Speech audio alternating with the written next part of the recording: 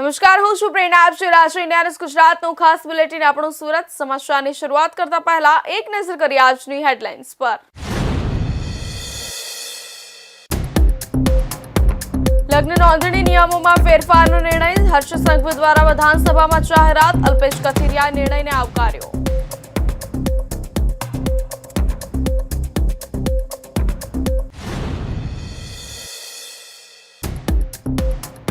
ગજરા બંધુની કંપનીના બેંકના ખાતા ફ્રીઝ થવાનો સંકેત. મુખ્ય શેર હોલ્ડર પ્રવીણ અગ્રવાલે બેંકને લખ્યો પત્ર. બેંકને નાણાકીય વ્યવહારો સ્થગિત કરવા તાકીદ કરાઈ.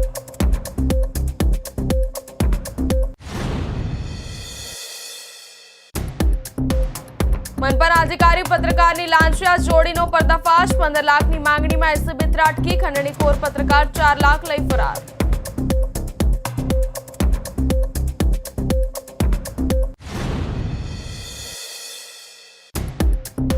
કોર્પોરેટરના પરિવારને ટાર્ગેટ કરનાર બિલ્ડરની ધરપકડ. આરોપી કોંગ્રેસના પૂર્વ કોર્પોરેટરનો પુત્ર હોવાનું સામે આવ્યું. મંજૂરના નામે ડમી સિમ કાર્ડ વાપરી આપી ધમકી.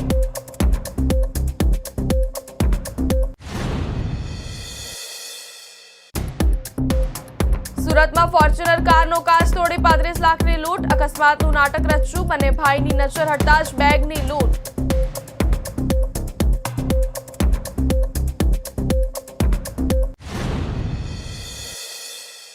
હવે સમાચાર છે વિસ્તારથી. તો રાજ્ય સરકારે Gujarat registration of marriages rules હેઠળ લગ્ન નોંધણીની પ્રક્રિયામાં સુધારો કરવા નિયમોમાં ફેરફાર કરવાનો નિર્ણય કર્યો છે અને આ સુધારાઓ અંગે જાહેરમાંથી વાંધા સૂચનો માંગવામાં આવશે અને મળનારી સૂચનાઓ પર વિચારણા કર્યા બાદ અંતિમ સ્વરૂપના નવા નિયમો અમલમાં મૂકવામાં આવશે. ત્યારે વકીલ અલ્પેશ કથિરિયાએ કહ્યું કે લગ્ન નોંધણીની પ્રક્રિયામાં માતા પિતાએ જ સેલ્ફ ડિક્લેરેશન આપવું જોઈએ. શિક્ષાત્મક દંડાત્મક કાર્યવાહી અંગે પણ સરકારની સ્પષ્ટતા થવી જોઈએ. આજે ગુજરાત સરકારના નાયબ મુખ્યમંત્રી હર્ષ સંઘવી દ્વારા વિધાનસભાના વિશેષાધિકારનો ઉપયોગ કરી અને લગ્ન પ્રસ્તાવ અંગેની જે ચર્ચાઓ સમાજની અને લોકોની જે માંગણી હતી એ બાબતેની રજૂઆત કરી છે. એમાં મેરેજ રજિસ્ટ્રેશનની જે પ્રક્રિયા છે એ પ્રક્રિયામાં શું ફેરફાર હોઈ શકે એનો ખાલી મુસદ્દો જ રજૂ થયો છે. હજી એ અંગે પબ્લિકના એટલે કે જાહેર જનતાના જે કાયદાકીય અભિપ્રાયો મંગાવવાની જે પ્રક્રિયા છે એ બાકી છે. એટલે જાહેર જનતા માટે હાલ વિકલ્પ ખુલ્લો છે કે તમે તમારી આ બાબતની જે કોઈ પણ વાંધા સૂચનો હોય એ સરકારને આપી શકો છો. પણ જે 2 પાનાની આખી પ્રક્રિયા બહાર પાડી છે, મુદ્દા નંબર 1, 2, 3 અને 4, આ મુદ્દાઓને લઈને મને લાગે છે કે જે પ્રક્રિયા અટકવી જોઈશે એ અટકશે નહીં. એમાં એક વાત કરી છે કે માતા પિતાનું સેલ્ફ ડિક્લેરેશન જે તે અરજદારે આપવાનું, પરંતુ જે માતા પિતાનું સેલ્ફ ડિક્લેરેશન આપવાનું છે એ માતા પિતાએ આપવું જોઈએ નહીં કે કોઈ ત્રાહિત વ્યક્તિ આપે. વરવધુ તો આપશે જ કે મંજૂરી છે, પણ એની ખરાઈ કોણ કરશે? 30 દિવસની પ્રક્રિયા એક લાંબી કરી છે, પરંતુ પ્રક્રિયા લાંબી થવાથી આ મુદ્દાઓ અટકવાના નથી. 20-30% ફેરફાર થઈ શકે છે, પરંતુ એક 18 વર્ષની દીકરી થઈ હતી જેના ઘરે એ દીકરીને એના માતા પિતાને જે પ્રશ્ન સતાવે છે એ પ્રશ્નનું નિરાકરણ સંપૂર્ણ આ પ્રક્રિયાથી થઈ શકે એવું લાગતું નથી. શિક્ષાત્મક દંડાત્મક પ્રકારની કાર્યવાહીઓ પણ થવી જોઈએ. એ બાબતે પણ સરકારની સ્પષ્ટતા થવી જોઈએ. આ નિર્ણય અમે સહર્ષ આવકારીએ પણ છીએ અને સાથોસાથ સરકાર પાસે આશા પણ રાખીએ છીએ કે વધુ દ્રઢ, મજબૂત અને શિક્ષાત્મક દંડાત્મક સાથેના નિયમો પણ બને. રજિસ્ટ્રેશનની પ્રક્રિયામાં એક જવાબદારી પણ નક્કી થાય અને માતા પિતાનો વાંધો હોય તો પ્રક્રિયા શું હોઈ શકે અને આ માટેના શું પગલાં ભવિષ્યમાં લેવાના છે એ પણ સરકાર તરફથી મુસદ્દો તૈયાર થાય એવી આશા રાખીએ છીએ. આજે ગુજરાત સરકાર વતી વિધાનસભામાં સરકારના નાયબ મુખ્યમંત્રી શ્રી હર્ષભાઈ સંઘવીએ ખાસ વિશેષાધિકારનો ઉપયોગ કરી અને વિધેયક તો ન કહી શકે પરંતુ એક મુસદ્દા સ્વરૂપે નિયમો રજીસ્ટ્રેશનની પ્રક્રિયા વિધાનસભાના ફ્લોર પર રજૂ કરી છે અને પબ્લિકલી આ બાબતે કોઈને વાંધા સૂચનો હોય તો એ મંગાવ્યા પણ છે. તો આજે જે 4 સ્ટેપની પ્રક્રિયા જાહેર કરી છે, માતા પિતાનું ડિક્લેરેશન અરજદારે આપવાનું છે, સેલ્ફ ડિક્લેરેશન, 30 દિવસની પ્રક્રિયા છે, પુરાવાનું લિસ્ટ પણ મોટું કર્યું છે, માતા પિતાના વરવધુના 2 સાક્ષીના વિશેષ પુરાવાઓ રજૂ કરવાના છે. 4 સ્ટેપની જે પ્રક્રિયા છે એને અમે આવકારીએ છીએ અને સરકારે જે સરાહનીય પગલું ભર્યું છે એને અભિનંદન પણ આપીએ છીએ. પરંતુ આનાથી સંપૂર્ણ જે બાબતો છે કે 18 વર્ષની દીકરીઓ થાય છે અને જે પ્રકારે સમાજની અંદર, કોઈ એક સમાજની અંદર નહીં, સમગ્ર હિન્દુ સમાજની અંદર જે પ્રકારના બનાવો બની રહ્યા છે કે જેના લીધે દીકરી અને એનો પરિવાર હેરાન થાય છે, તો એ અટકે એ માટે ખૂબ જરૂરી છે. અને આમાં જે માતા પિતાનું સેલ્ફ ડિક્લેરેશન અરજદાર એટલે કે વરવધુએ આપવાનું છે, એના બદલે હું ઈચ્છા રાખું છું અને મને એવું છે કાયદાના એક વિદ્યાર્થી તરીકે કે આની અંદર માતા પિતાનું સેલ્ફ ડિક્લેરેશન હોવું જરૂરી છે, નહીં કે અરજદારનું, કેમ કે અરજદાર તો આપવાના જ છે સેલ્ફ ડિક્લેરેશન. બીજું કે પ્રક્રિયા લાંબી કરી છે તો એક ફાયદો એ થવાનો છે કે જેનાથી માતા પિતાને કે પરિવારને અંધકારમાં રાખીને જે યુવાન કે યુવતી લગ્ન કરે છે તો એના પરિવારને બાય નોટિસથી ખબર પડવાની છે, તો એ સરકારનું એક સારું એવું પગલું છે. નિયમોથી 100% નવું પરિવર્તન આવે છે. સરકારે અભિગમ સારો દાખવ્યો છે, હકારાત્મક બાબતમાં વધી રહ્યા છે, એટલે આવકાર્ય તો હોઈ જ શકે છે. પરંતુ એક સુધારાવાદી આશા અમે રાખીએ છીએ કે જે દરેક લોકોનો પ્રાણ પ્રશ્ન છે કે કોઈ પણ ભોગે દીકરીનું કે સ્ત્રીનું રક્ષણ થાય, એ મહત્તમમાં મહત્તમ આ કાયદાથી, પ્રક્રિયાથી, વિધાયકથી અથવા પ્રક્રિયાના ફેરફારથી થશે તો મને લાગે છે કે ગુજરાત સરકારને સારા આશીર્વાદ મળશે. સુરતમાં ગજરા બંધુઓની શાંતિ રેસિડેન્સીસ પ્રાઇવેટ લિમિટેડમાં ચાલી રહેલા કરોડો રૂપિયાના નાણાકીય વિવાદોમાં મોટો કાનૂની વળાંક આવ્યો છે. ગુજરાત હાઈકોર્ટની કડક નોંધ બાદ કંપનીના બેંક ખાતા ફ્રીઝ થવાના સંકેત મળ્યા છે. મુખ્ય શેર હોલ્ડર પ્રવીણ અગ્રવાલે આઈસીઆઈસીઆઈ બેંકને પત્ર લખી તમામ ડેબિટ વ્યવહારો તાત્કાલિક સ્થગિત કરવાની માંગ કરી છે. હાઈકોર્ટના આદેશ બાદ પોલીસને એફઆઈઆર નોંધવા નિર્દેશ આપવામાં આવ્યા છે અને હવે આ મામલે મોટા ખુલાસાની શક્યતા વ્યક્ત થઈ રહી છે. ગજરા બંધુઓની શાંતિ રેસિડેન્સીસ પ્રાઇવેટ લિમિટેડમાં ચાલી રહેલા મેનેજમેન્ટ વિવાદ અને નાણાકીય ગેરરીતિઓના મામલે હવે કાયદાકીય ગાડીઓ કસાયો છે. કંપનીના મુખ્ય શેરહોલ્ડર પ્રવીણ દેવકી નંદન અગ્રવાલે ગુજરાત હાઈકોર્ટના કડક વલણ બાદ સુરતની આઈસીઆઈસીઆઈ બેંકને પત્ર લખીને કંપનીના કરંટ એકાઉન્ટમાંથી તમામ પ્રકારના ડેબિટ વ્યવહારો તાત્કાલિક અસરથી સ્થગિત કરવાની તાકીદ કરી છે. અન્યથા બેંક પણ કાનૂની રીતે મુશ્કેલીમાં મુકાઈ શકે તેમ છે. આ મામલે હાઈકોર્ટે ગંભીર નોંધ લઈને પોલીસને તાત્કાલિક એફઆઈઆર નોંધવા નિર્દેશ આપ્યા છે. ત્યારબાદ કંપનીના શેર હોલ્ડર પણ કાનૂની લડત લડી લેવા આક્રમક બની ગયા છે. ગજેરા બંધુઓ સાથે જોડાયેલા કરોડો રૂપિયાના આ વિવાદની ટૂંકી હકીકત એવી છે કે મુંબઈ સ્થિત શાંતિ રેસિડેન્સીસ પ્રાઇવેટ લિમિટેડના શેર હોલ્ડર પ્રવીણ અગ્રવાલે આક્ષેપ કર્યો છે કે કંપનીમાં મોટા પાયે છેતરપિંડી, દસ્તાવેજોમાં ફેક સહીઓ અને બેન્કિંગ સાધનોનો દુરુપયોગ કરવામાં આવ્યો છે. કંપનીમાં અંદાજે 42% હિસ્સો ધરાવતા અગ્રવાલ પરિવારનો આરોપ છે કે મેનેજમેન્ટ પર કબજો જમાવી બેઠેલી અમુક વ્યક્તિઓ દ્વારા કંપનીના ભંડોળની ઉચાપત કરવામાં આવી રહી છે. આ વિવાદ હાલમાં ગુજરાત હાઈકોર્ટ સમક્ષ કંપની એક્ટની કલમ 241 અને 242 હેઠળ ચાલી રહ્યો છે. તારીખ 15 ફેબ્રુઆરી 2026ના રોજ ગુજરાતની વડી અદાલતે એક મહત્વનો આદેશ પસાર કરીને આ કથિત નાણાકીય ગુનાઓ બદલ પ્રથમ માહિતી અહેવાલ નોંધવા પોલીસ સત્તાધીશોને આદેશ આપ્યો છે. આ આદેશને પગલે કંપનીના હિતોનું રક્ષણ કરવા માટે બેન્કિંગ વ્યવહારો પર રોક લગાવવી અનિવાર્ય બની છે.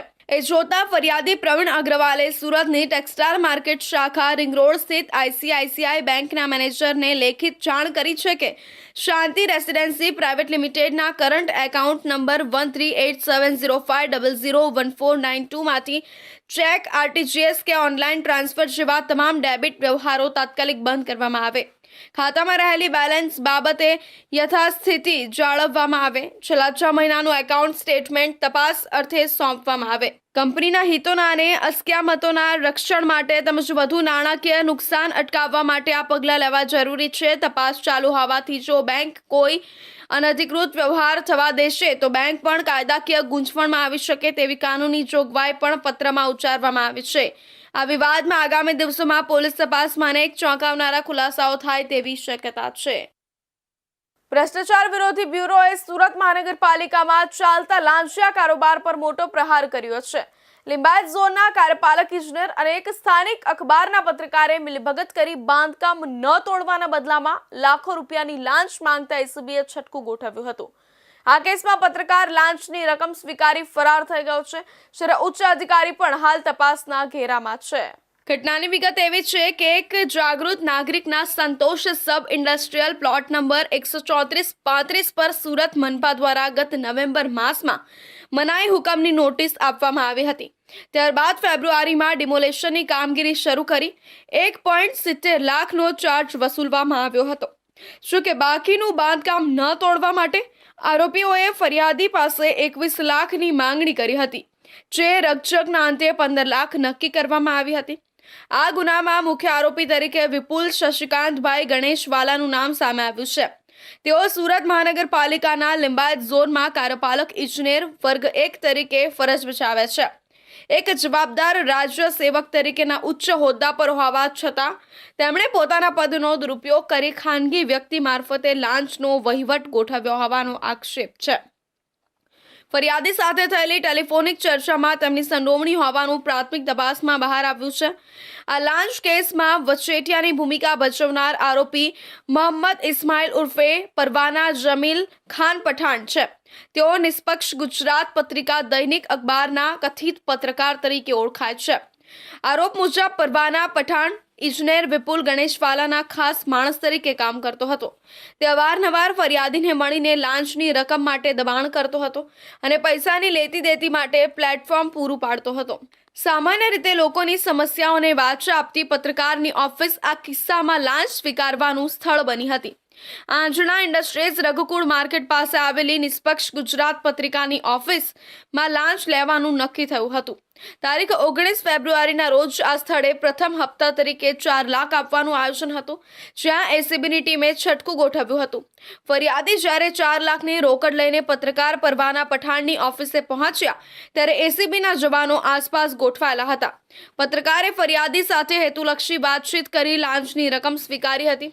જો કે તેને કંઈક અજુગતું લાગતા અથવા શંકા જતા તે લાંચની રકમ લઈને નાસી છૂટવામાં સફળ રહ્યો હતો. બીજી તરફ ઇજનેર વિપુલ ગણેશવાલા પણ સ્થળ પર મળી આવ્યા ન હતા. એસીબીની તપાસ મુજબ ઇજનેર અને પત્રકાર વચ્ચે ઊંડું મેળા પીપણું હતું. સરકારી અધિકારી પોતે સીધી રીતે લાંચ ન લેતા પત્રકારના માધ્યમથી વહીવટ કરાવતા હતા. સોમવાર સુધીમાં બાકીના 11 લાખ પૂરા કરવાની શરતે આ સોદો થયો હતો. બંને આરોપીઓએ સાથે મળીને ગુનાહિત ગેરવર્તણૂક આચરી ભ્રષ્ટાચાર નિવારણ અધિનિયમ હેઠળ ગંભીર ગુનો કર્યો છે.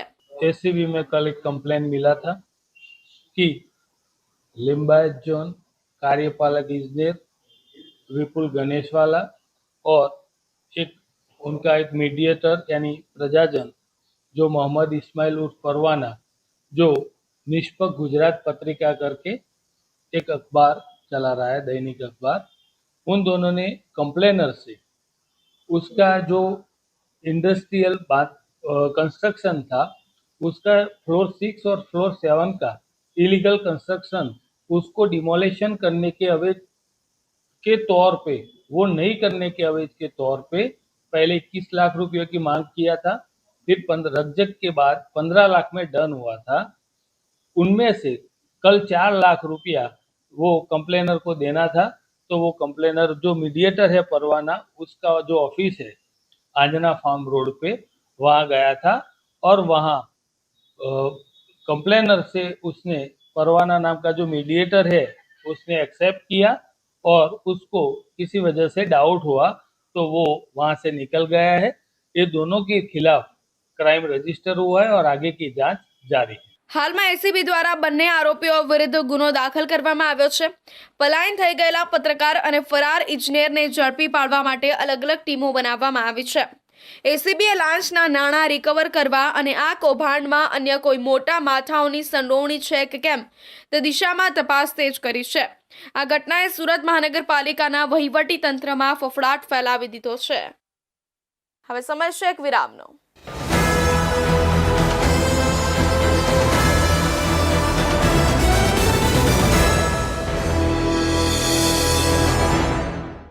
મુદ્દાઓ છે દેશના,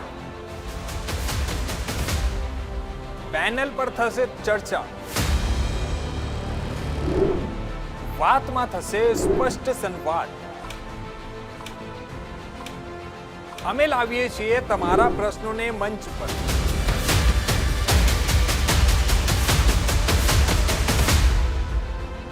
કેમ કે સમસ્યા તમારી, લડત તમારી. જુઓ મારી સાથે ફક્ત इंडिया न्यूज गुजरात पर.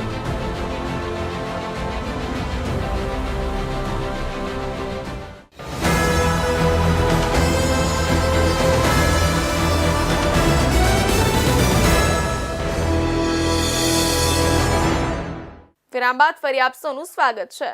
ભાજપના એક મહિલા કોર્પોરેટરના પતિ અને કેનેડામાં અભ્યાસ કરતી તેમની પુત્રીને નિશાન બનાવી ગંભીર ધમકીઓ આપવાના કેસમાં સુરત સાયબર ક્રાઇમ સેલે મોટી સફળતા મેળવી છે। એક ડમી મોબાઈલ નંબરના આધારે શરૂ થયેલી તપાસનો છેડો વરિયાળી બજારના એક નામચીન બિલ્ડર સુધી પહોંચ્યો છે, જેની પોલીસે અટકાયત કરી કાયદેસરની કાર્યવાહી હાથ ધરી છે। સમગ્ર ઘટનાની વિગત એવી છે કે ભાજપના મહિલા કોર્પોરેટરના પતિને છેલ્લા કેટલાક સમયથી અજાણ્યા વોટ્સએપ નંબર પરથી રહસ્યમય અને ધમકીભર્યા મેસેજ મળી રહ્યા હતા।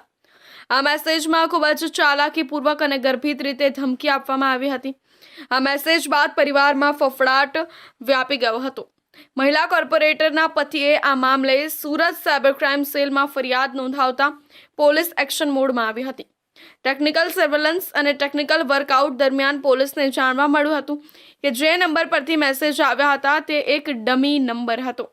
પ્રાથમિક તપાસમાં આ નંબર એક સામાન્ય મજૂર વર્ગના માણસના નામે હોવાનું બહાર આવ્યું હતું, પરંતુ ઊંડાણપૂર્વકની તપાસમાં ખબર પડી કે આ નંબરનો વાસ્તવિક ઉપયોગ કોઈ મજૂર નહીં પણ શહેરનો એક બિલ્ડર કરી રહ્યો હતો। આ ગુનામાં જેની સંડોવણી બહાર આવી છે તે આરોપીનું નામ મોહમ્મદ અશફાક નઈમુદ્દીન રિફાઈ છે।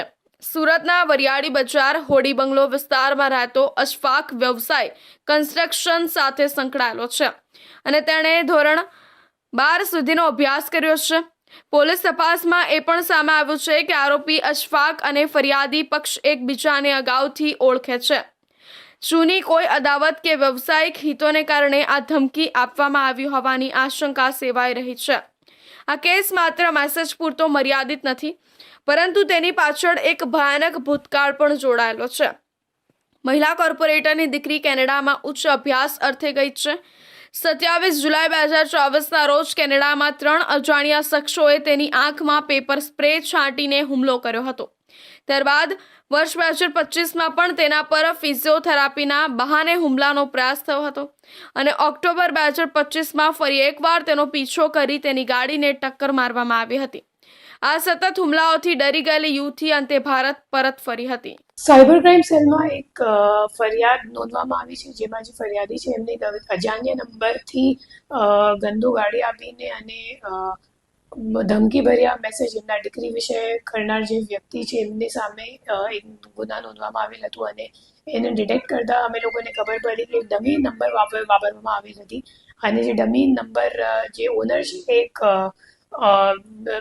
લોઅર વર્ગનું મજદૂર જેવા માણસ હતો। એમની પૂછપરછ કરતાં ખબર પડી અને ટેકનિકલ વર્કઆઉટથી ખબર પડી કે ખરેખર આના પાછળ એક અશફાક કરીને બિલ્ડર છે અને એને જે ફરિયાદી છે એમને ધમકીજનક જે મેસેજીસ છે એ વોટ્સએપ ઉપર કરી હતી અને જે ફરિયાદી છે એમના જે દીકરી કેનેડામાં ભણતી હતી અને ફરિયાદીને પછી બીક લાગી અને હુમલો મતલબ એમને એમ લાગ્યું કે કદાચ હુમલો થઈ જશે એના દીકરી ઉપર અને એના માટે પછી દીકરીની પરત ગુજરાત બોલાવી લીધું છે અને આ ગુનાનું ડિટેક્શન અત્યારે મતલબ આ દિશામાં તપાસ ચાલુ છે કે ખરેખર જે હુમલો કરનાર વ્યક્તિ છે કેનેડામાં એ બિલ્ડરથી સંકળાયેલ છે કે કેમ એ જોવા ઉપર ભાગી છે।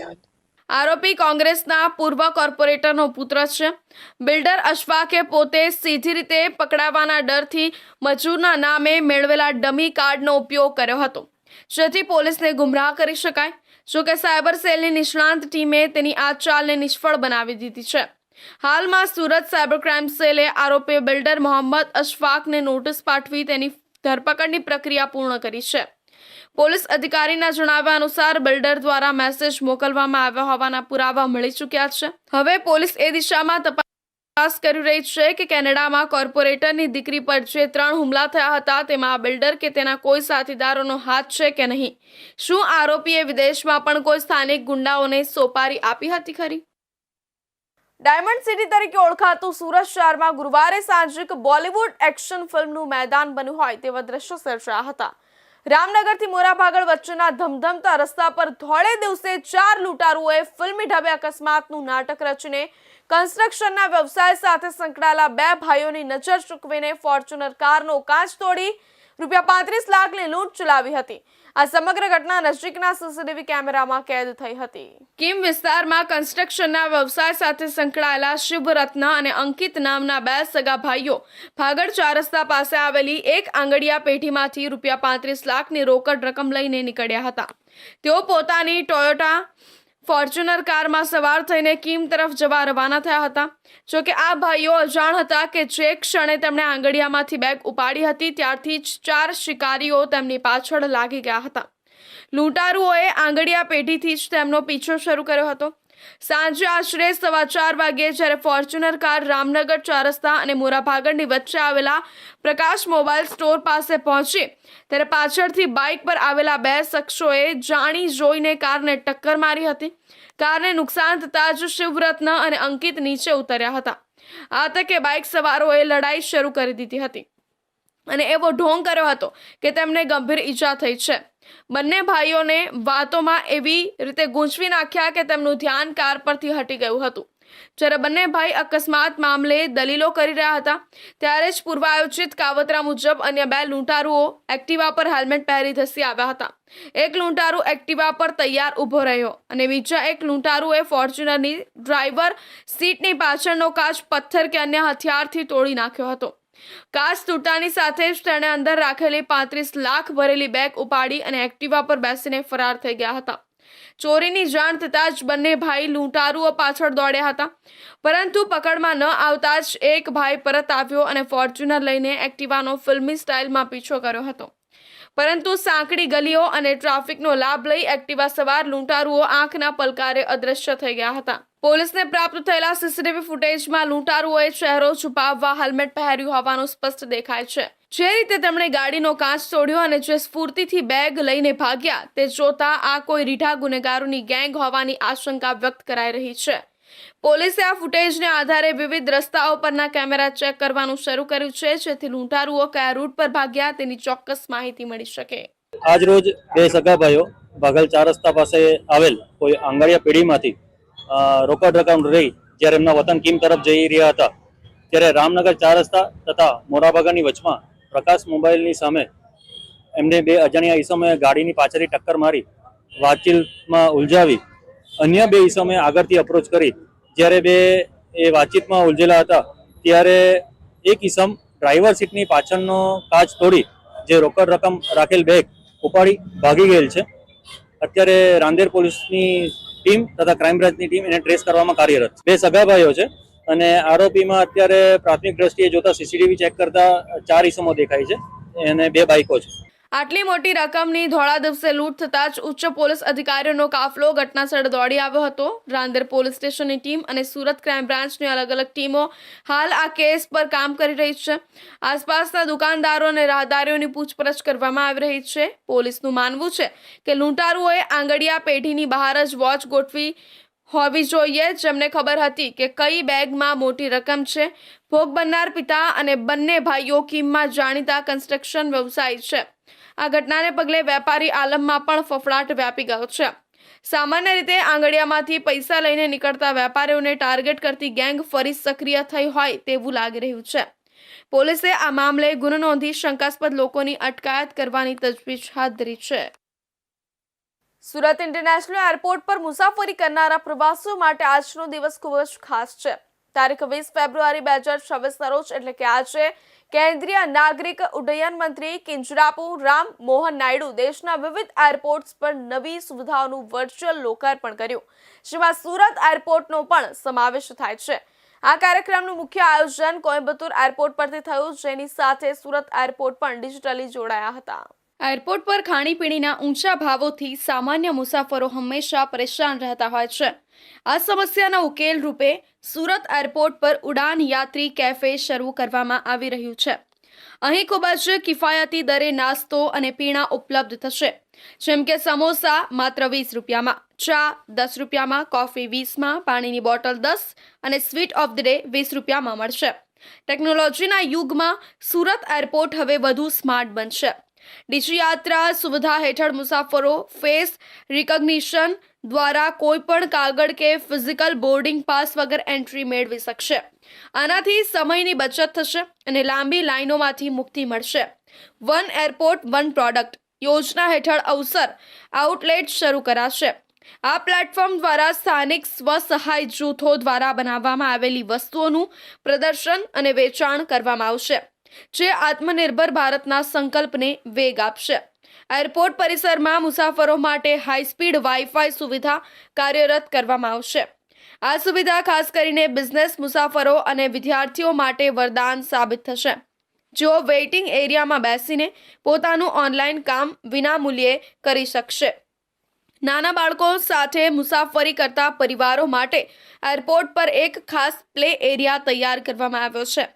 અહીં બાળકો માટે સુરક્ષિત અને મનોરંજક રમકડાં અને સુવિધાઓ હશે, જેથી ફ્લાઇટની રાહ જોતી વખતે બાળકો કંટાળે નહીં અને વાલીઓ પણ તણાવ મુક્ત રહી શકે. ભારતીય વિમાનપત્તન સત્તા મંડળ દ્વારા લેવાયેલા આ પગલાં સુરત એરપોર્ટને માત્ર મુસાફરીનું કેન્દ્ર જ નહીં, પરંતુ એક સુવિધાજનક અને આધુનિક હબ બનાવશે.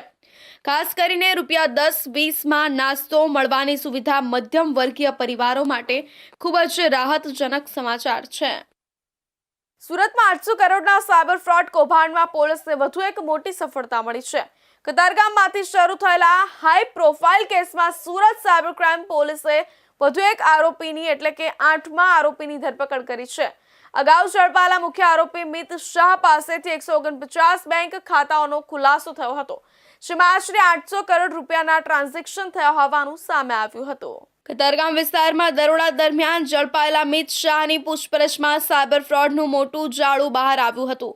તપાસ દરમિયાન 149 બેંક ખાતાઓ મળી આવ્યા હતા, જે મારફતે કરોડો રૂપિયાનું હેરફેર થતું હતું.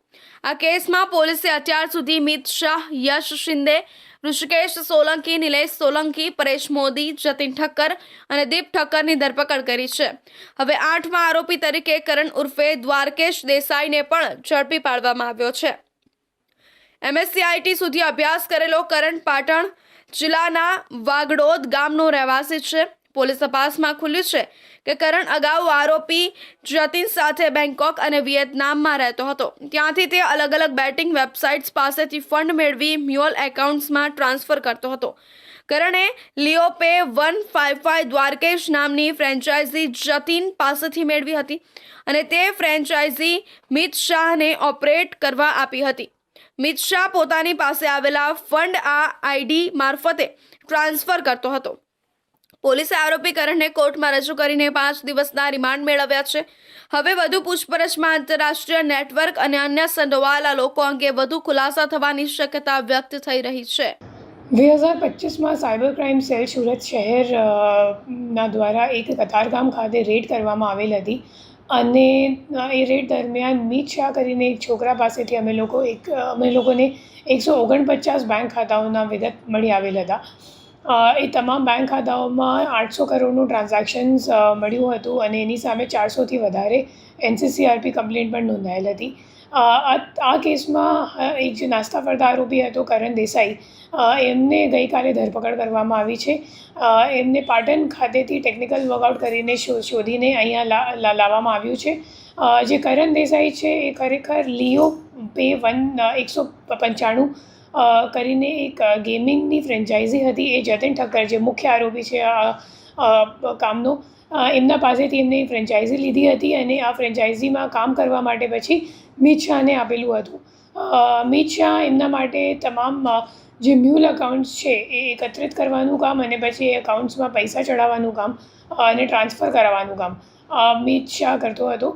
અને જે મુખ્ય આરોપી છે અગાઉ પકડાયા છે, એમનું નામ છે જતીન ઠક્કર. આ ગુનાના કામમાં કરણ દેસાઈ સિવાય અગાઉ 7 આરોપીને ઝડપી પાડવામાં આવી ચૂક્યો છે. આ રીતે સુરતના કતારગામમાંથી બહાર આવેલા 800 કરોડના સાયબર ફ્રોડ કેસમાં પોલીસે આંતરરાષ્ટ્રીય કનેક્શન સુધી પહોંચતી કડીઓ શોધી કાઢી છે. એક પછી એક આરોપીની ધરપકડ સાથે હવે તપાસ વધુ ગહન બની રહી છે. પોલીસ રિમાન્ડ દરમિયાન વધુ બેંક ખાતાઓ, મ્યુઅલ એકાઉન્ટ્સ અને વિદેશી લિંક અંગે ચોંકાવનારા ખુલાસા થાય તેવી શક્યતા છે. તો આ હતા અત્યાર સુધીના મહત્વના સમાચાર. વધુ સમાચાર માટે જોતા રહેજો ઇન્ડિયા ન્યૂઝ ગુજરાત.